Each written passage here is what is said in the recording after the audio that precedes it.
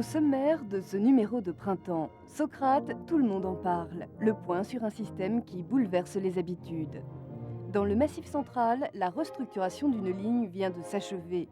De Millau à Séverac, des cheminots témoignent.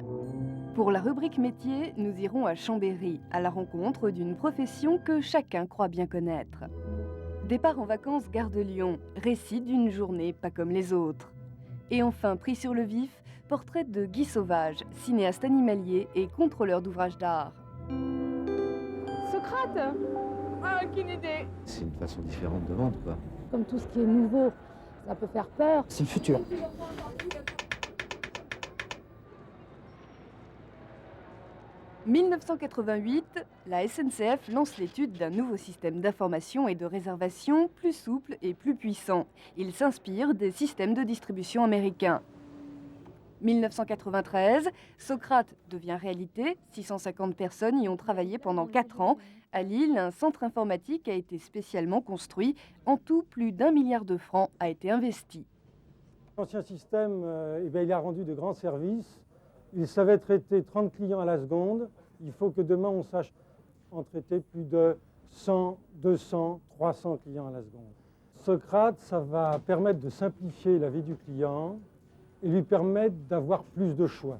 En fait, pour bien vendre un produit, on sait maintenant qu'il faut avoir un bon catalogue. Et Socrate, c'est un magnifique catalogue de vente.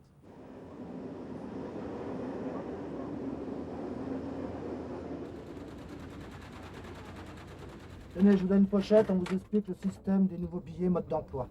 Ouais. Quand vous ferez des billets réservation, tout sera sous le même titre. D'accord.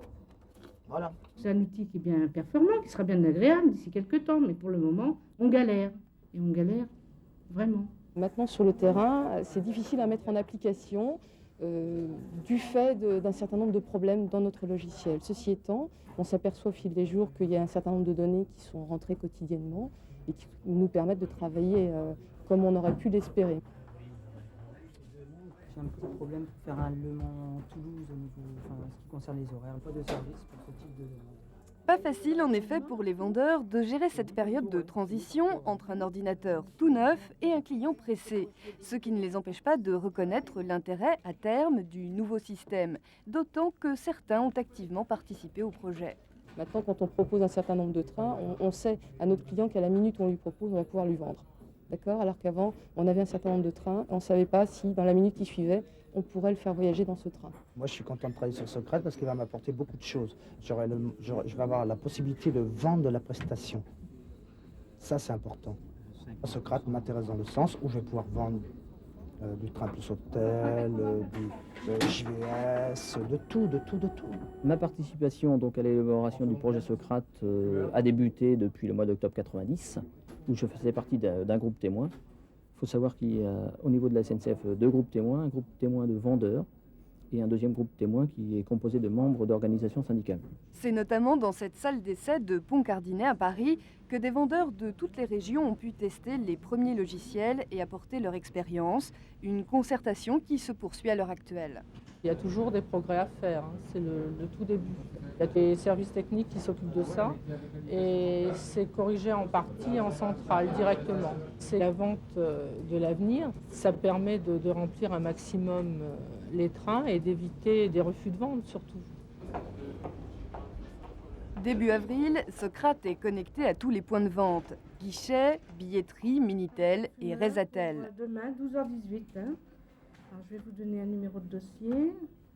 U comme Ursule. Actuellement, le logiciel fonctionne avec les tarifs et conditions d'accès en vigueur pour les cheminots comme pour les voyageurs.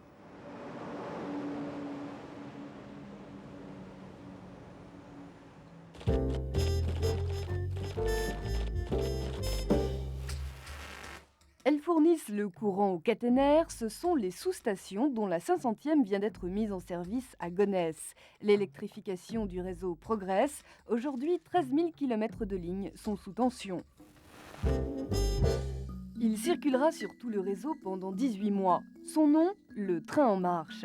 Il fera escale près de chez vous et vous pourrez y découvrir l'entreprise sous un nouvel angle et dialoguer avec d'autres cheminots dans une ambiance différente. Première étape, Bordeaux, à partir du 6 avril. La restructuration de la ligne Bédarieux-Neussargues, commencée il y a 2 ans, vient de s'achever. Nous sommes allés sur place pour entendre le témoignage des cheminots concernés par cette réorganisation.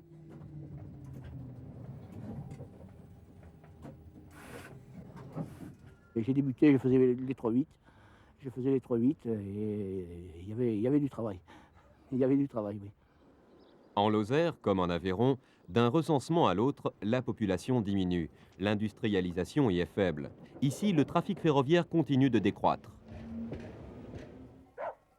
On est dans un pays agricole, principalement. Des bestiaux, du bois, énormément de bois, bien sûr, des forêts. Et c'est ceux qui nous faisaient travailler, finalement. Il faut reconnaître que le travail est parti. Il faut reconnaître que le travail n'est plus le même aussi. Pour s'adapter à ces nouvelles circonstances, la décision est prise en 1990 de moderniser la ligne pour abaisser son coût d'exploitation. La restructuration de cette section de ligne s'est déroulée sur une quinzaine de mois. Cette modernisation s'est traduite par la mise en place d'une commande centralisée qui permet aux trains de se croiser dans les gares avec le minimum de personnel sur place.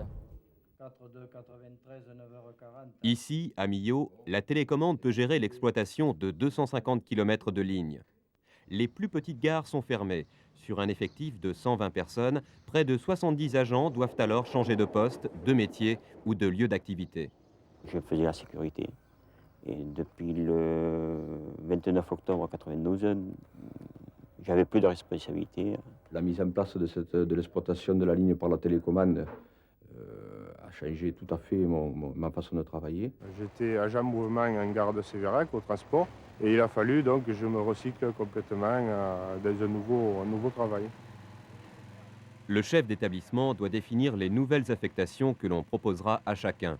En 1991, il rencontre un par un tous les agents concernés. Au total, ce sont 120 entretiens individuels programmés sur 2 mois. Ces entretiens avaient pour but de présenter les différentes solutions que nous pouvions offrir aux agents et de recueillir leurs souhaits en matière de résidence ou de métier. Moi, je les ai informés de suite qu'en ayant la maison ici, en ayant le truc, qu'il n'était pas question que j'aille plus loin, quoi. Vu mon âge, vu ma situation, c'était pas possible. Les entrevues se sont faites en gare de Sévérac, donc quand ils ont commencé à faire le ménage, quoi. Et on m'a proposé une place à l'équipement de Millau. Donc moi, ça m'intéressait, ça m'évitait de faire un déplacement et je passais au régime repos samedi et dimanche. J'ai dit pourquoi pas. Ça a été difficile, surtout quand on a l'habitude de travailler en équipe et de se retrouver du jour au lendemain tout seul dans une gare pendant 9 mois. Après cette longue période de transition, Bernard Cotte se voit proposer un nouveau poste au bureau administratif. J'aimais bien aussi mon métier que j'avais dans le transport, mais là aussi, c'est assez varié, on voit un peu de tout. Globalement, effectivement, nous n'avons pas eu recours aux mutations d'office, ce sur quoi nous étions engagés, et en fonction de leur situation personnelle aussi, certains retrouvaient plus facilement leur compte, en définitive. Je reconnais très bien que c'est une situation qui est très dure à gérer, mais je reconnais aussi qu'on n'a rien demandé, quoi. S'il faut dire ça s'est bien passé, bien entendu que non, ça ne peut pas bien se passer parce que ça laisse des traces, surtout au niveau affectif. Ben, l'avenir, c'est sûr qu'il n'est pas tout rose. Bon, moi, ça m'a arrangé de venir à l'équipement, mais enfin, est-ce que la ligne va tenir quand même? Le problème est là. Chaque reconversion est un cas particulier. Mais au-delà de leur cas personnel, les cheminots s'interrogent sur l'avenir des activités ferroviaires dans la région.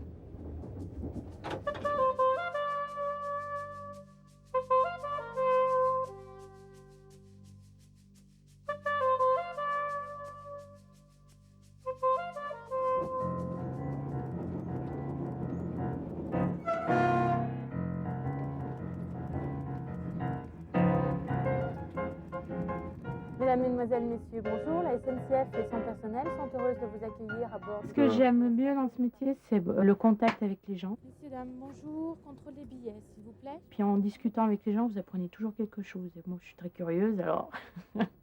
Nos principales fonctions à bord des trains sont les fonctions de sécurité et puis de renseignement des clients. Puis après, ma foi, le contrôle. mais qui se veut non répressif. Monsieur, s'il vous plaît. Moi, à mon avis, ce n'est pas de la répression. C'est que bon, quand on prend le train, j'estime qu'on doit être en règle. Quand vous allez au cinéma ou vous allez au restaurant, je suis désolée, à la fin, vous payez. Non, ça va pas comme billet, ça, pas encore. Ça viendra peut-être un jour, mais pour l'instant... Et puis il faut essayer d'assurer un maximum de présence, de se faire voir un maximum auprès de la clientèle, ça les rassure. En ce qui concerne les fonctions de sécurité, c'est vérifier la fermeture des portes. On fait donc ce qu'on appelle, nous, une ronde, un tour de train. Mesdames, Messieurs, notre train vient de s'arrêter inopinément pour votre sécurité. C'est vraiment un monde à part, je dirais. On n'est pas avec les mêmes gens, on va jamais au même endroit, on fait jamais les mêmes trains. Ça va ? Même si on fait les mêmes trains, on n'est jamais confronté aux mêmes situations. Il y a toujours quelque chose de différent dans la journée. C'est pas quelque chose de taciturne, si vous voulez. Dans ce métier, on peut organiser notre travail comme on l'entend. C'est un métier qui m'a apporté un certain contrôle de moi-même. Parce que moi, j'étais quelqu'un de très impulsif. C'est un métier, oui, là, on découche, comme on dit. On peut se permettre de dire, bon, les soucis, on laisse à la maison, les gamins, aller avec le mari. De temps en temps, ça fait du bien, quoi. C'est toujours, je dis pas bonjour. You have only this ticket. You must pay for the return. Oui, par rapport à l'Europe et au contexte actuel, nous sommes tenus de parler plusieurs langues, au moins 2. Et vous, par exemple, c'est... L'anglais et le français, voilà 2.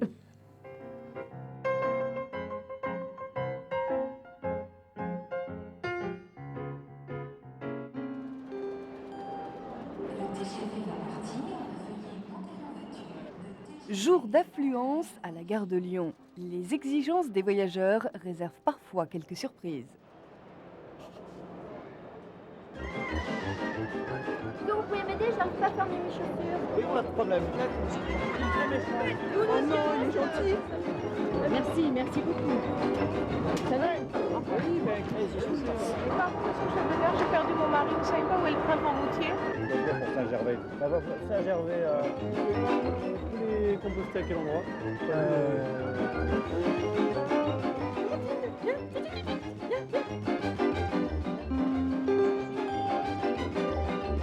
à Saint-Jean-de-Maurienne. Est-ce que vous savez l'enneigement qu'il y a? Est-ce qu'il y a de la neige à la Plagne? Est-ce qu'il y a beaucoup d'enneigement à la Plagne?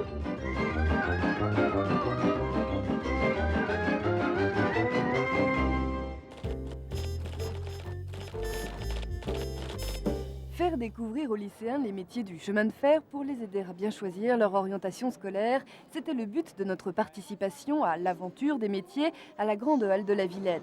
Malgré la conjoncture difficile, la SNCF continuera en 1993 à embaucher des jeunes. Ce magazine vidéo est fait pour tous les cheminots, mais tous ne le connaissent pas encore. Une campagne de promotion est en cours, mais rien ne vaut le bouche à oreille, alors aidez-nous à le faire connaître, parlez-en autour de vous.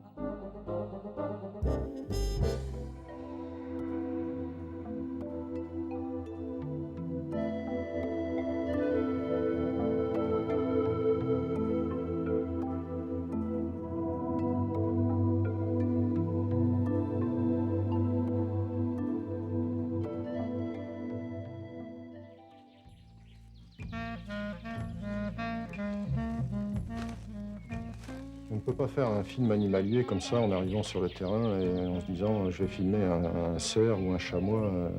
En fait, il y a un gros travail en amont de préparation. Pour filmer par exemple un accouplement d'animal, bon, il faut passer 1 semaine, 2 semaines à la période propice. Si malheureusement on n'arrive pas à le filmer pendant le temps qu'on s'est imparti, il faut attendre l'année suivante que cette période de rut recommence. Donc des 15 heures de film tournés et ramenés du terrain, il faut faire un film d'1 demi-heure, donc en racontant une histoire.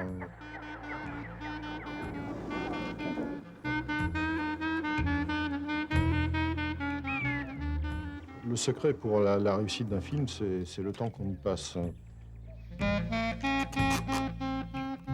Une fois que le film est bouclé, oui, enfin, c'est un grand soulagement quand même.